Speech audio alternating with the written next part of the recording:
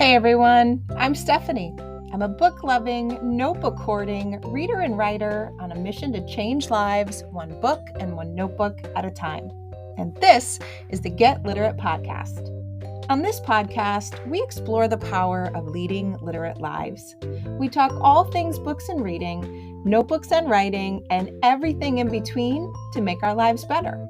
And no matter what better means to you, the pages inside books and notebooks can help us get there. So, each week, we'll mix together books, notebooks, mindful practices, and creativity to cultivate a life we love. Now, grab a notebook and your TBR list, and let's get literate.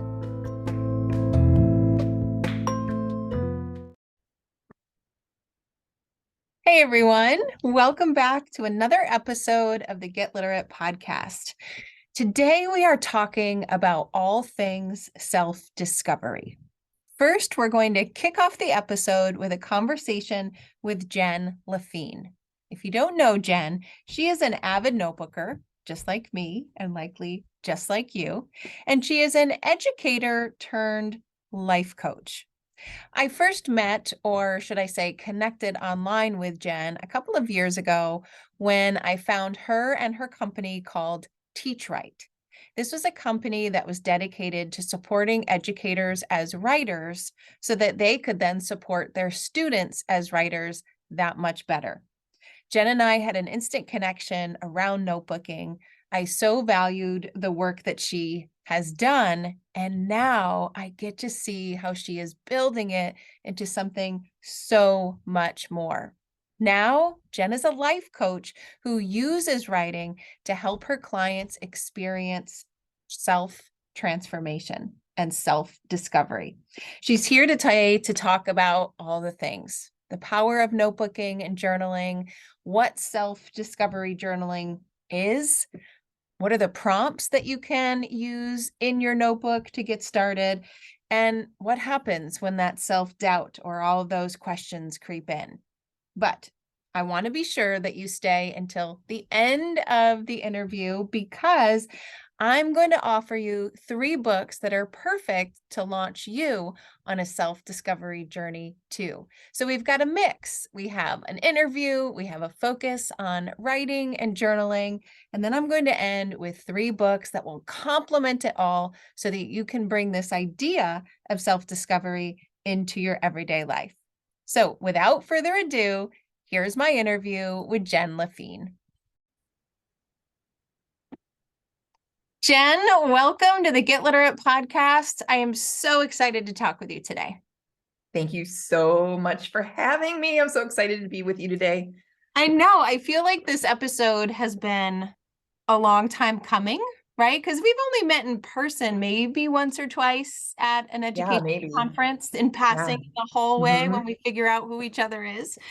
Yes. I've always felt this wonderful connection to you, the notebooking love that we both have, the ideas of being writers, especially educators who are continuing to be writers, and just a love for our a spirit just to keep growing through our notebook as well. And I joked before we came on that I love following you for the content you share, but also just to watch you do what you do because it's so exciting and it's so inspiring. So I am thrilled to have you here today, but let's jump right in. I did give listeners a quick little sneak peek of who you were and how we connected, but I would love if you could just start at the beginning and jump in and tell everyone who you are and what you do and how we got here today chatting. Oh my gosh, it has been a journey. It has been a journey. I could probably spend the next hour talking about that journey, but let's see if I can cliff note it for everyone. So I used to be a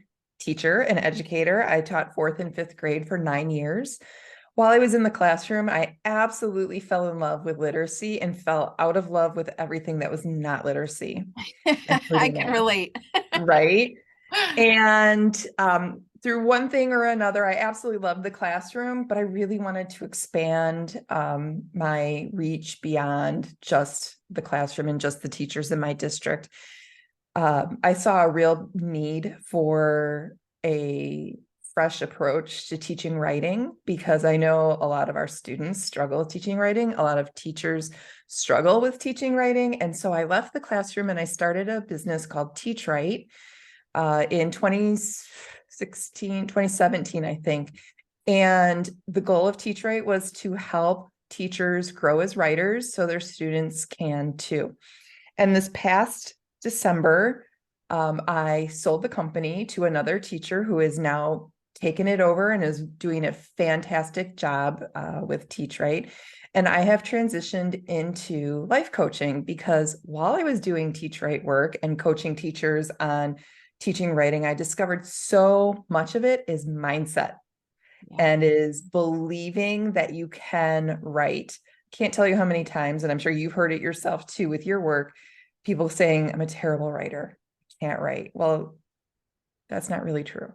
Maybe you just haven't found something that works for you yet. So in the course of coaching on mindset, I had so many life transformations and aha moments myself that I was like, I gotta take this even bigger. And that's, you mentioned like following my journey. I think that the Jen today, if the Jen of 20 years ago could see her, she'd be like, who are you? Like, and to me, that's really exciting, because I never know what's coming next. I get you know, a whiff of inspiration and I'm like, that would be kind of fun. Let's try that. And it's taken me some really fantastic places. So right now I do accountability and mind management coaching for solopreneurs. I work with a lot of women midlife who are kind of at that point of, yep, I've done everything with my job that I wanted to do. Now I'm ready for me. And just really helping them develop that, whatever that is for them, and helping them make a plan to go get it, and then holding them accountable for doing the work, because we're so good at giving away our time, right? Sure are. So the accountability is super, super important. So Yeah. that's where I am today. Oh, there are so many things that I want to ask and so many places that I could go in that journey, but we only have one episode. And this episode is focused on notebooking. Let's talk So about it. Teach Right was very much involved in the notebooking world. That's how I originally found you. And I know the life coaching that you do now involves journaling and writing and using that as a tool, right? That's one Absolutely. of the main tools for your work. And there's lots of kinds of notebooking for lots of different reasons, right? Notebooking to hold on to memories, notebooking to process things that are going on, or notebooking all your to-do list, whatever it is, notebooking can give us this outlet to get things that are on our hearts and on our minds off of them and on the page so that we can look at them, be objective about them, think about them. Where do we want to go? But you have a particular kind of notebooking that I think all of us, no matter what kind of notebooker we are, could really get behind. You talked about it recently on your own podcast, and that's what made me say, okay, Jen needs to come and talk about that with us, because we talk about notebooking a lot. And Sure. that is your self-discovery journaling, right? Yes. Tell Yeah. us more. Okay, so self-discovery journaling is basically thinking through writing, using writing to determine what it is that you think. What I love about it is no matter when I'm doing it, it always teaches me something. I always am able to uncover like a hidden truth, an idea. Sometimes I'll uncover like hidden thoughts that are holding me back. To do self-discovery journaling is to really trust yourself, have that deep, deep trust with yourself that you have all of the answers that you need and that it is all inside of you. You don't have to do things anybody else's way. The way you do them is absolutely perfect. And I think for a lot of people, coming to that point where they can trust themselves is just so life-changing. I know it was for me. I know it is for my clients who do use the self-discovery journaling that I teach them. But it's not Dear Diary kind of journaling. It's not a narrative of your day journaling, I like to look at it more of you ask questions of yourself and you go deep to get the answers. What kinds of questions? Well, I think one of my favorite things to do is if I feel stuck in something, like I can't make a decision about something, or I'm carrying around this heaviness in my body for some reason, what I'll do is I will write it down in my journal at the top of the page, and then I will ask myself a question. So one of my favorite things to do is to think about like that internal monologue that you're having inside your head, that we all think we're the only ones who have that, although every single person has that monologue going on. And that monologue loves to tell us things that we should and should not do, things that are true and are not true. And the reason it does that is to keep us in our comfort cave. It does not want us to grow. It does not want us to try new things. So it sends us these thoughts that it believes to be truths, that it wants us to be truths. And just by sitting down and writing what it is you're believing to be true and asking the question, what else can be true? And then taking a deep breath and then going to work, writing down every single sentence that comes to your brain. And the key is that you can't judge a word of it that comes out, because your job then is not necessarily to be the journaler, to be the person, the subject. You become almost like the person on the outside, just recording whatever's coming to your brain. Yeah. You teach yourself to be an observer of your thoughts. And when you ask yourself that question, what else can be true? It's amazing what other answers you can come up with. And once you have those answers, then you can choose what you want to believe for yourself. So many people get caught up in these shoulds or these universal truths without ever even realizing that they don't work for them. They never chose them for themselves. It's part of their conditioning. It's part of their upbringing. It was part of their education. And being able to choose for yourself what you want to think about and the direction you want to go is incredibly empowering. So, what else can be true is one of my favorite questions. I can see why. And as I'm listening to you and I'm jotting down what else can be true, like I'm going to my own head, right? Mm-hmm. I'm going to my own challenge that I would be writing on the top of my journal. And I never, even though I know I've heard you say this before, I think maybe in a teach write session, I've never given myself that space to say what else can be true. Right? I just go to the stuff that I see, the here and the now, that's keeping me stuck, or just has kind of kept me boxed in because I can't quite see a difference. But you're not asking for alternatives. You're not asking for different ideas. You're not asking to think out of the box. You're just saying very simply, what else could be true? Mm-hmm. That feels safer, right? Exactly. That feels doable. And then Yes. I can decide on which I want to believe. If I want to believe those things that have been kept me stuck or kept me miserable, or kept me going back to the page complaining, or what if there was a different truth? My goodness, that's going on a sticky note, and it's going on the laptop, and it's going on the wall. That is going in my morning pages tomorrow, Jen, for sure. That's awesome. And that is one of my favorite coaching questions when I'm coaching a client and they come to me and they tell me something like it's like they're stating a fact. Like, I'm too old to do this. And they believe it with all of their heart that they are too old. Yeah. What if that wasn't true? What else could be true? Could it be that maybe you're nervous about making a change? Could it be you don't think you know what to do? That's the other one too. A lot of people will come and they'll say, I don't know what to do. And so a good question to that would be, if I did know what to do, here's what I would do, or here's what I could do. I love that. And then just brainstorming a list of ideas, because that, I was talking earlier about staying in your comfort cave, that actually the part of our minds that want to keep us in our comfort cave is called the primal brain. It controls our emotions.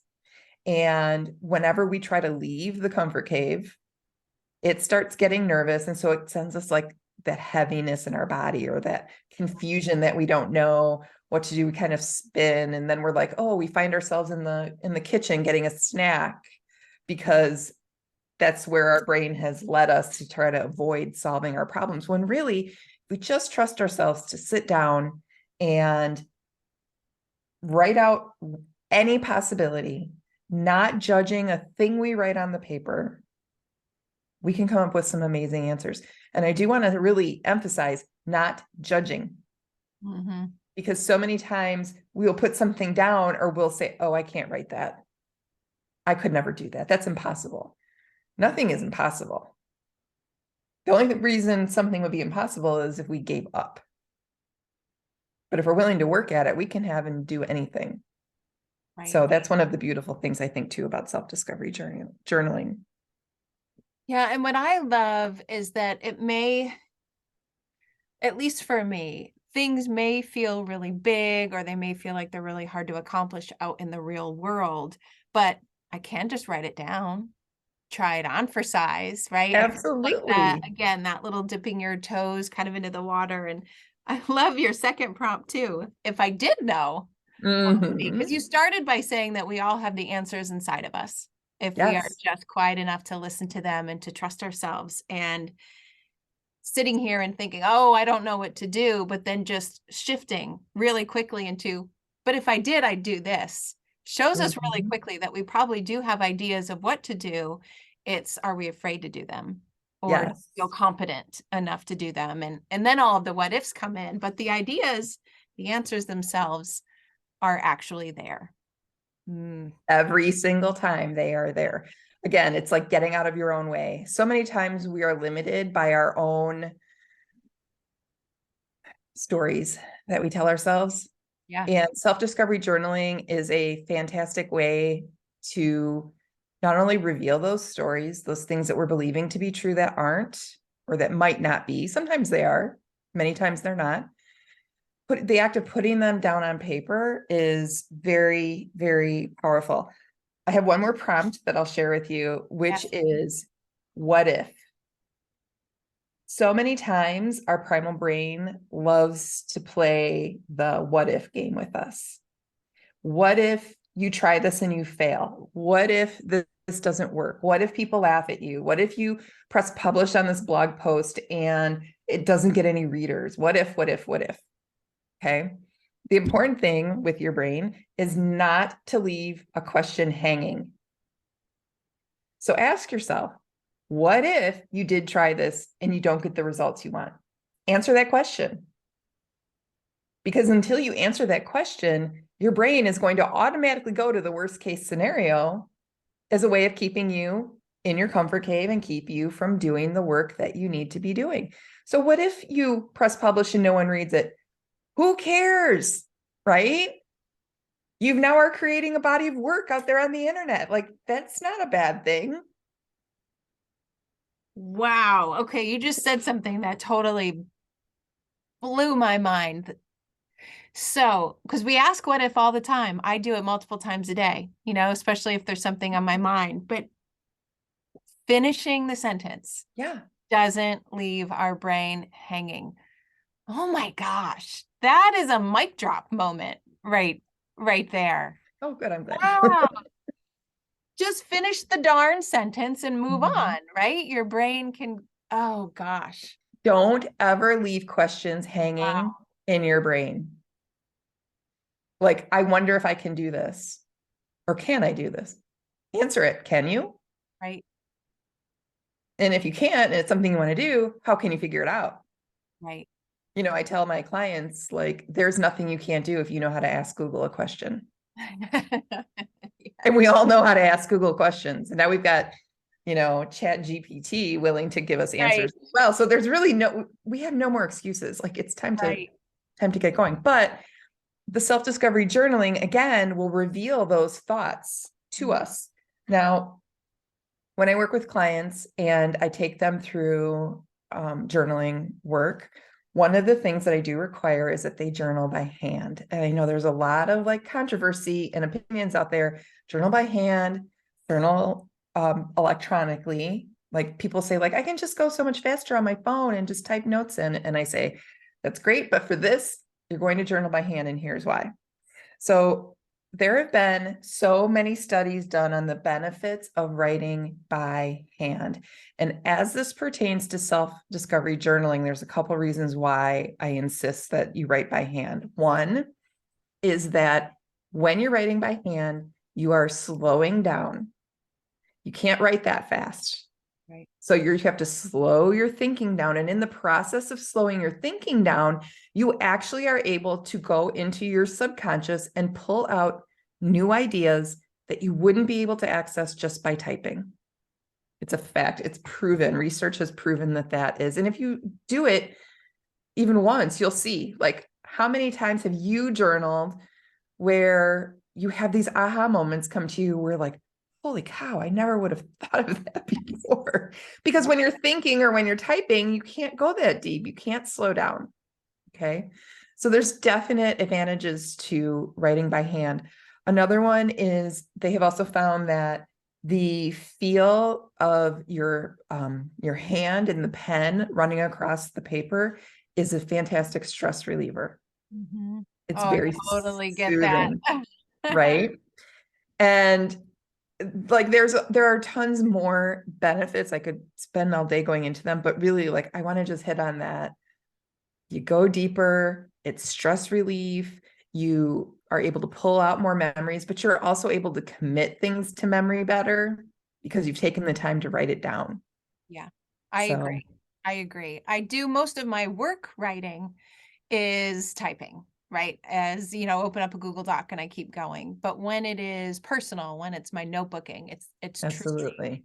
in the notebook with a pen or a pencil that glides just perfectly to keep, Yeah. to keep it going as long as possible. Yes.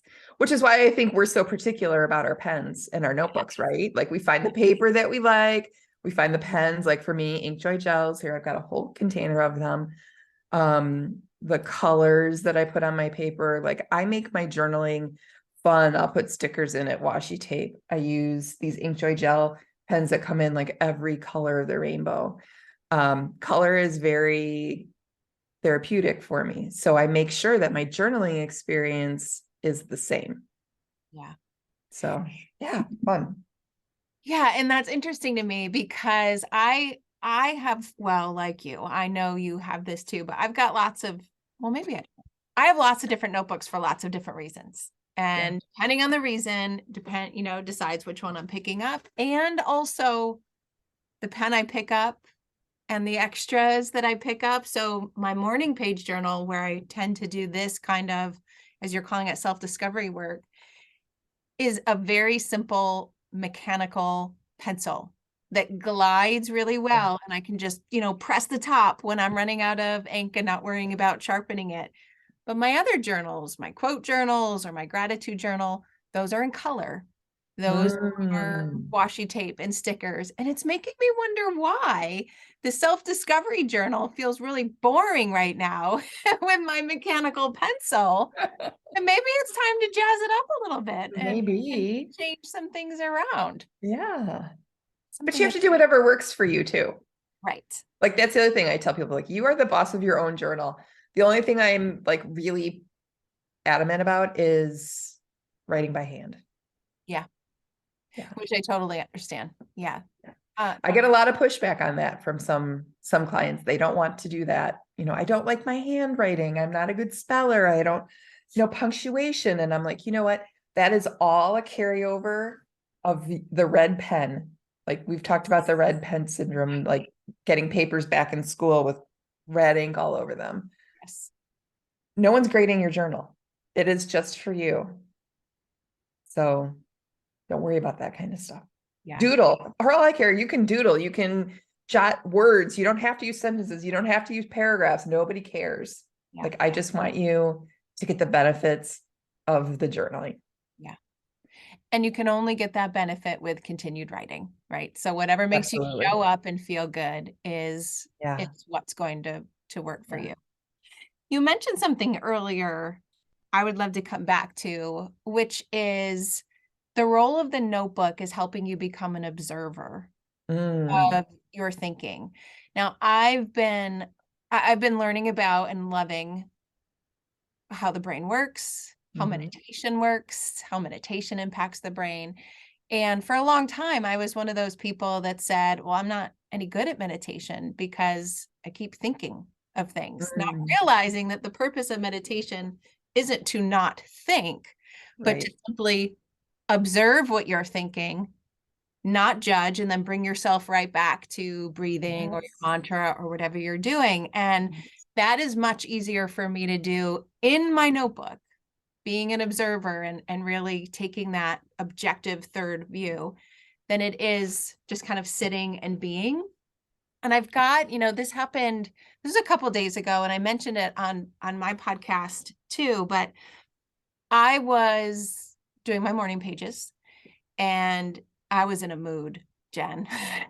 Like, I everything hear you. going wrong. There were so many challenges, and I just used my morning pages that morning to just get it all out. And I wrote in my journal, something's got to give, right? Which is something that a Mm, lot of us say or a lot of us think, and maybe other people can relate. But I wrote something's got to give. And I stopped to just give my hand a rest for a moment and think. And I looked back down on the page and I realized that what I had written right after was maybe it's me. I don't know where that came from. I don't even remember writing it. I just remember sitting there thinking, oh, observer kicks in, right? Of what does that mean? Does that mean something in my life has to go because it doesn't serve me anymore? Does it mean that I just have to change gears, or does it mean I've got to switch my focus and stop complaining and give my time and energy in like a useful way to something else? Like, so many things were going through my mind right there. But I know I wouldn't have come to that revelation. It was kind of like oh my goodness, where did that come from? If I was just sitting still with my thoughts, I know I would not have come there unless I was writing it out on the page, because mhm. I literally don't even remember writing it. It was just like something else, like my brain took over and I got to observe it because it was on the page. So I really love that you've said that. And I'm wondering if you'll speak a little bit more about that power that comes when you get to do that in your notebook. Well, one of my favorite, I've got a lot of favorites, but another one of my favorite self-discovery journaling um, mes- methods is called dialogue journaling. And it kind of sounds maybe like that's a little bit about what just happened to you, where you take a thought you're having that just doesn't feel good, like a rant, something that's bothering you, a question you've been mulling over, and you write it in one color ink. And then you stop and you pick up a different color pen, you take a deep breath, and you think, you change your thought pattern to be that of somebody else. And when I do this activity, I become my guardian angels. Mm, I And love so the pen, the ink color changes, and I say to myself, how would my guardian angels tell me? What would they tell me right now? What do they want me to know? And I just completely leave myself and I become them. And I write again without judgment, whatever it is I think that they're telling me I need to know. And I get some of the most amazing insights from that activity. And I'll have a conversation with them. I'll switch back to my first color and I'll be like, well, what do you mean? Blah, blah, blah, blah, blah. And then switch back to the first color and they'll be like, they'll tell me and I will write it. It's kind of like, if this was happening to your best friend, what would you say? Well, if this was happening to you, what would your future self say? What would your higher self say? What would your guardian angels say? What would your best friend say? Just being able to assume a different perspective on it removes that, like, like we won't do those things for ourselves, but we would say them to a friend because we know what's best for a friend.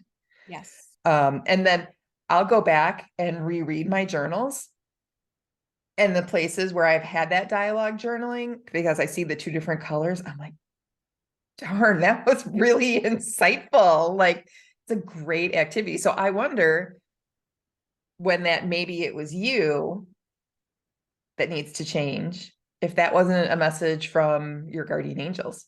Yeah. I Yeah, I totally got believe that. goosebumps. I totally believe that too. And I got goosebumps. And even I could have probably teared up because it was such a personal, emotional kind of entry in my notebook. And I thought, my goodness, I bet you my Mhm. guardian angel would have been nicer than I was. I Which love just, it. yeah, it switches it. I love all of those questions and these prompts that you posed just instantly give you the gift of a change in perspective. Absolutely. And I have one more for you specifically, Stephanie, Yeah. based on what you had just talked about, making changes. And I would say a good question for you to just kind of have out in your journal is, what am I so afraid of? Mm, yeah. Because right now what's happening, until you journal that and get it all out on the paper, you're holding all of that in your head. You're having a lot of questions go unanswered. That is all your fear keeping you from moving forward. When really, if you were to journal, what am I so afraid of? And get the answers down on the paper, Right. then you can see if they're rational. You can see if there's something that you can do something about, if they're true for you, or if it's just your primal brain doing its job of keeping you safe, alive, and lazy. That's its three jobs: safe, alive, and lazy. Yeah. Yeah. And it And goes yeah. nicely to that what if and finish the sentence. Mhm. Mm. Yeah, so much power. It really is. It's so powerful. Yeah. And this is totally in another completely different direction, but I love your take on it since you happen to be here. So, what am I so afraid of? You said, those questions, those fears, they live inside us, right? But we get them off in the paper. What I am learning because of my own personal health journey is that we can hold that stuff just in our bodies and not just our minds, our joints, our pains, our weird Mm, illnesses, our weird everything. And that to me has been an eye opener of, your notebook can free a lot more perhaps than just your mind and can really bring a lightness yes. to your entire body, your entire physical body There's as a well, which I've huge, loved. there's a huge body and mind connection. Yeah.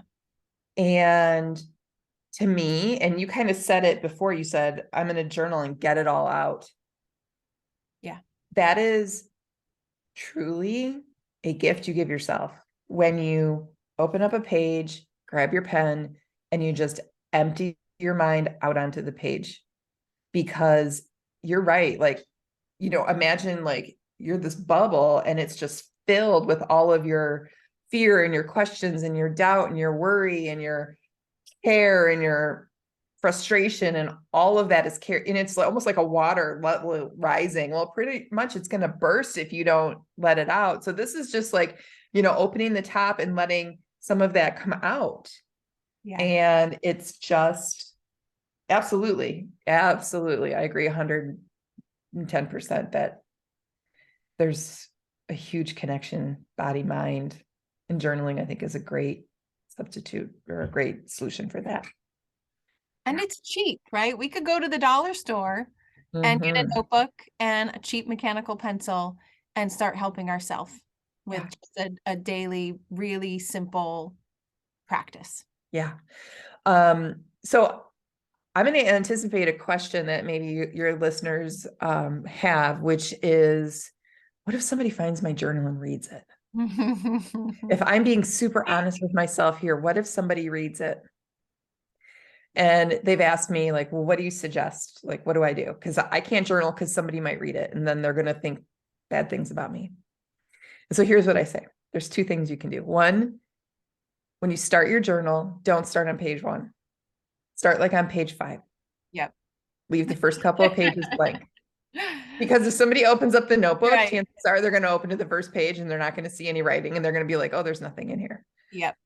The second thing, and there have been a lot of notebooks I've used where I have started on page 5 and then put the notebook down and it got put away in the pile, and I come back and I'm like, wait a minute, I already started this one. Another tip is to write a letter, like on page 2.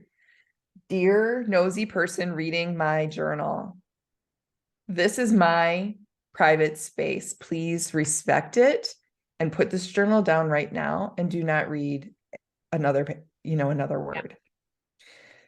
If you've got somebody that finds your journal, sees that letter, and still reads it, the problem is not that they, what you wrote, it's that they violated a trust boundary with you. Yeah. And there's lots of ways, like you can keep it with you. You can put it in your car. You can hide it, in the back of the closet, wherever. Don't let the fear of what if somebody finds my writing stop you. And a lot of people ask me, like, do you suggest that we keep our journals or burn them because this is going to have really private thinking in it? I am a huge, huge advocate of keeping everything. Because if you think about it, even from an educator standpoint, that is a primary document, right? Right. It is. I would love to have my great grandma's journals. Oh, I know. Wouldn't it just be so cool? Despite the fact that, see, like she struggled. It makes it all human. Like she had problems too. She struggled with some of the same things I did. Yeah. We have this connection. Like, please don't get rid of your journals. Don't burn them. Don't throw them away. If you need to, put them in a fireproof lockbox if you want to keep them out. I actually have a sticky note in the opening of my Jen that says, right, this is mom's private journal. Please don't read. If you do, well, that's at your own risk. And I'm hoping that you're not going to do it anyway. But what I have found, there have been plenty of times I've left my notebook out. I've left it on the table after I wrote in it in the morning or it was sticking out of my purse, and they really don't care. No, that is so true. A big deal than everybody else was. They're like, oh, it's another one of mom's notebooks. Yeah, big deal. And it wasn't, it was in my head, not theirs that way. Yeah. And I've just kind of, for me, and you're absolutely right, like my journal stays out on it's underneath the coffee table every morning. I don't have kids here at home anymore. My husband could read it. There certainly is enough, stuff in there he could read, but part of me is like, I don't care. Yeah. I don't care if you read it. This is me. This is my personal thinking. Yep. Your desire to read it is not my problem. Yes. I love that. I love that. I have a favorite quote in my office that says, your lack of organization is not my problem. Totally. And I love that. We could add that to it. Totally. Oh my gosh, all the directions we could keep going into.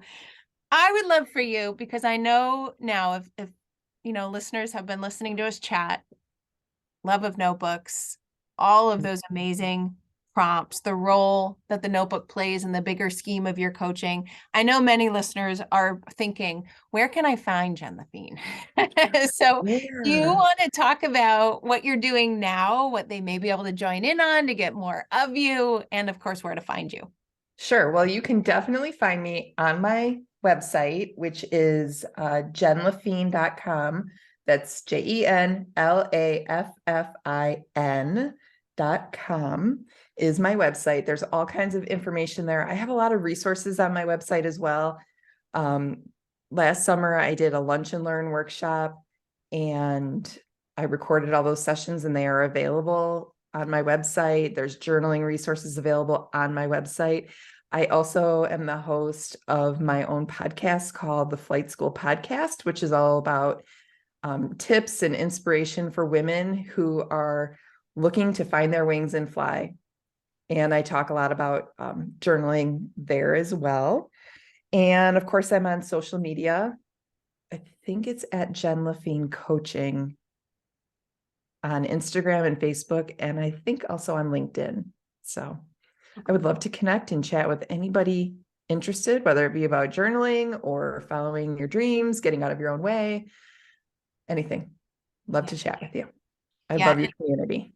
I will wholeheartedly encourage listeners to do that. Like I said, not just because of your content, but just following you and your energy and the light that just kind of thank you. Right out of you. I've been part of your Teach Right sessions in the past. I got to watch those lunch and learns. I remember sending you an email. Yes, It says, Jen, these need to be a podcast. These are I wonderful. know. So I was so glad to see that you put that podcast out there. And Good. I think listeners can probably feel the love that you have for this work and the potential that I do. exists for them. I think even just after this one podcast, my mind's already spinning with possibilities of just from this one conversation with you. So thank you So so glad. much for coming Thank on. you so much for having me. It's been so much fun. I love talking notebooking and journaling and possibility and self-discovery and all of those fun things. So thank you so much for having me. I really, really, really appreciate you. So happy to. Thanks so much, Jen. Bye. Wasn't that an amazing conversation? My head is still spinning over the new prompts I have to add to my notebook. I mean, think about these gems that Jen gave us today. What else can be true? What if? And then finish the sentence. Don't leave it hanging. And if I did know, I would write. Oh, those prompts are now on sticky notes scattered all over my computer, my laptop, and my office so that they are there when I need them. But I wanted to share 3 books that could help you on your own self-transformation journey, starting with your notebook. So, as Jen mentioned, you don't need anything but you and a notebook to get started in this important internal work. But books can act as catalysts, books can act as prompts, books can act as that magic secret sauce to get you thinking even more about these topics. And so I have 3 books for you today that I think embody the idea of self-discovery and can help you get started on your journey too. The first one is a fiction book that I have talked about here on the podcast before because I love it so much. And it's called 30 Things I Love About Myself by Radhika Sangani. I loved this book. It gave me all the feels from start to finish. I laughed, I cried, I laughed some more, I cried harder, I sympathized, I got angry, and oh my goodness, I blushed a lot too. So this is a story about Nina. Nina has found herself in jail without a job, without an apartment, without a fiance, at rock bottom on the eve of her 30th birthday. Now, the compassionate jailer happens to hand her a self-help book while she is being held there overnight, and that sets her on a journey to find 30 things she loves about herself by the time 1 year from now returns.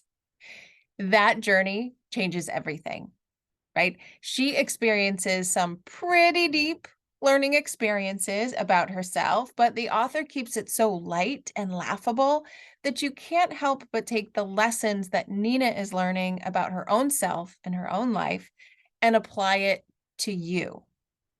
This book changed the way I think. It changed the way I think about myself, about the ways that others think about me.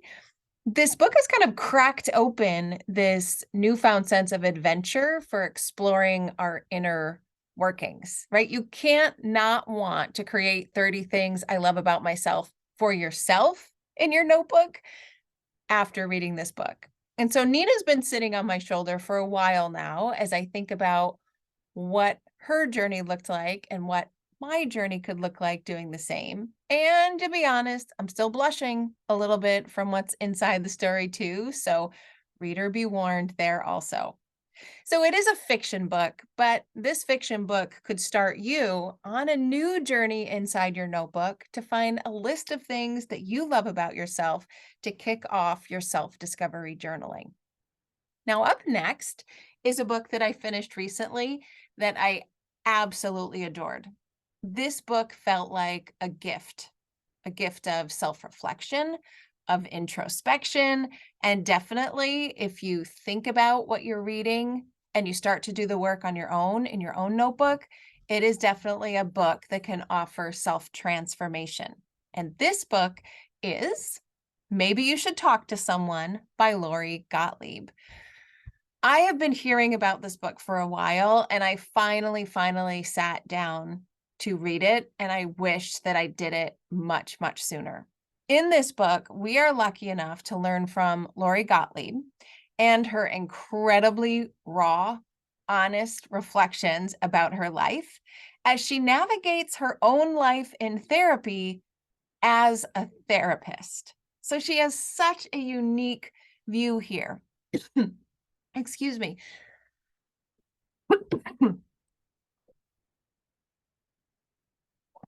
Not only is she talking about her clients, but she's talking about her own learning.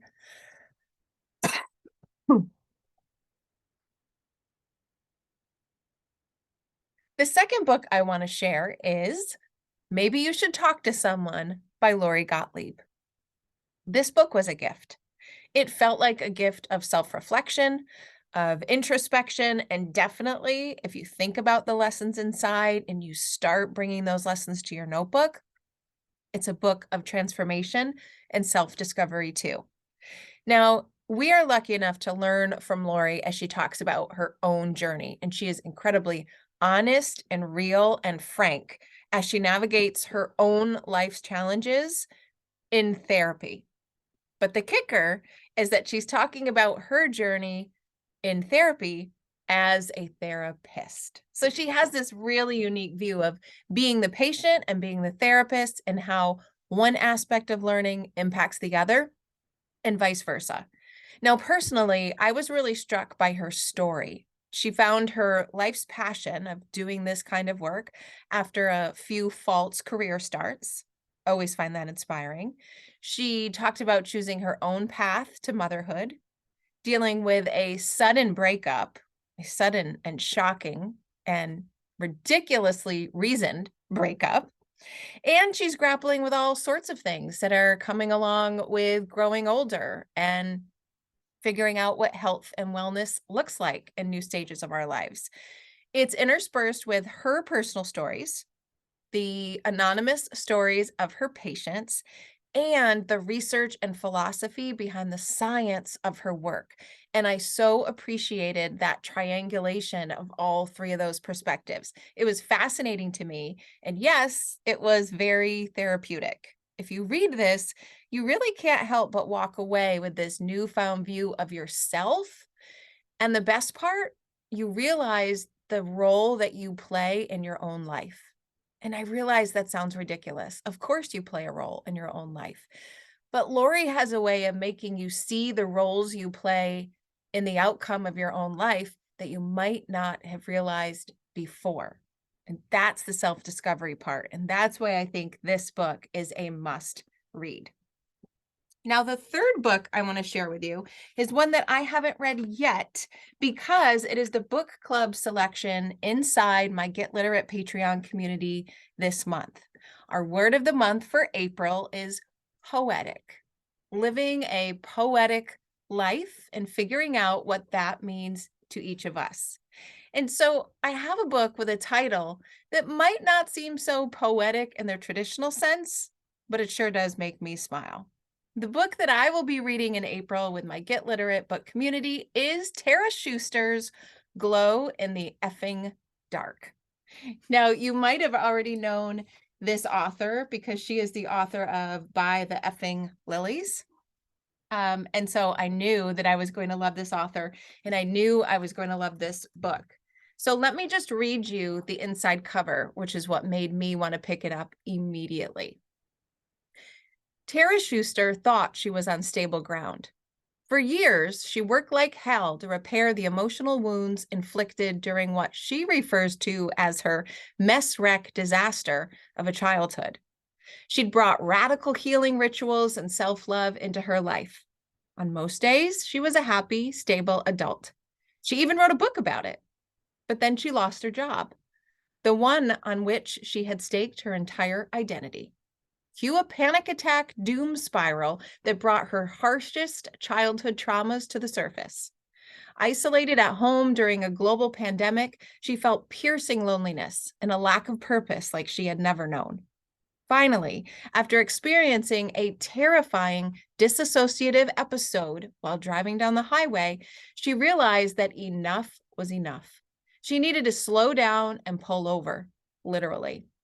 It was time for Tara to stop the hustling and to reclaim her essential, free, and loving self. Glow in the Effing Dark is a guide to healing your deepest wounds, getting off your good enough plateau, and creating the spectacular life you most desire. I mean, how is that for a publisher's summary? And so I am quite certain that this is a book that is going to show us Tara's self-discovery and self-transformation journey. And I am certain that I will be able to learn from hers, and I will probably be heading to my notebook in the process. So there you go. You've got a new way of thinking about your notebook with Jen Laffin, Self-Discovery Journaling. And now you've got 3 books to kick off that whole entire process. 30 Things I Love About Myself, Maybe You Should Talk to Someone, and Glow in the Effing Dark. Now, there are many more that I could have talked about.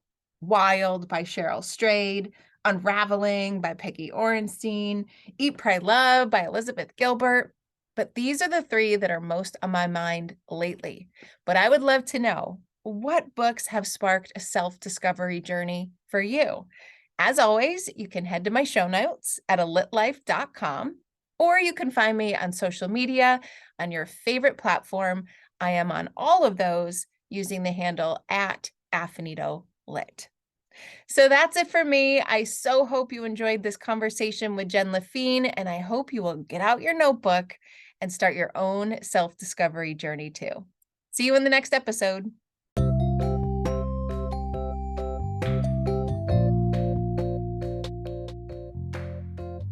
Thanks for listening to today's episode of the Get Literate podcast. You'll find links to all the books, resources, and ideas mentioned in the show notes and at alitlife.com. And if you want more, you might like to join my Patreon community. There, you'll find additional inspiration for your reading and writing lives, like bonus podcast episodes, book calendars, monthly book clubs, notebooking challenges, live events, giveaways, and much more. It's only $5 a month, and you get instant access to all the previous content too. You can learn more at getliterate.co. But one more thing. If you love what you listened to today, please take a moment to rate and review the podcast, or take a screenshot of the episode and text it to a friend.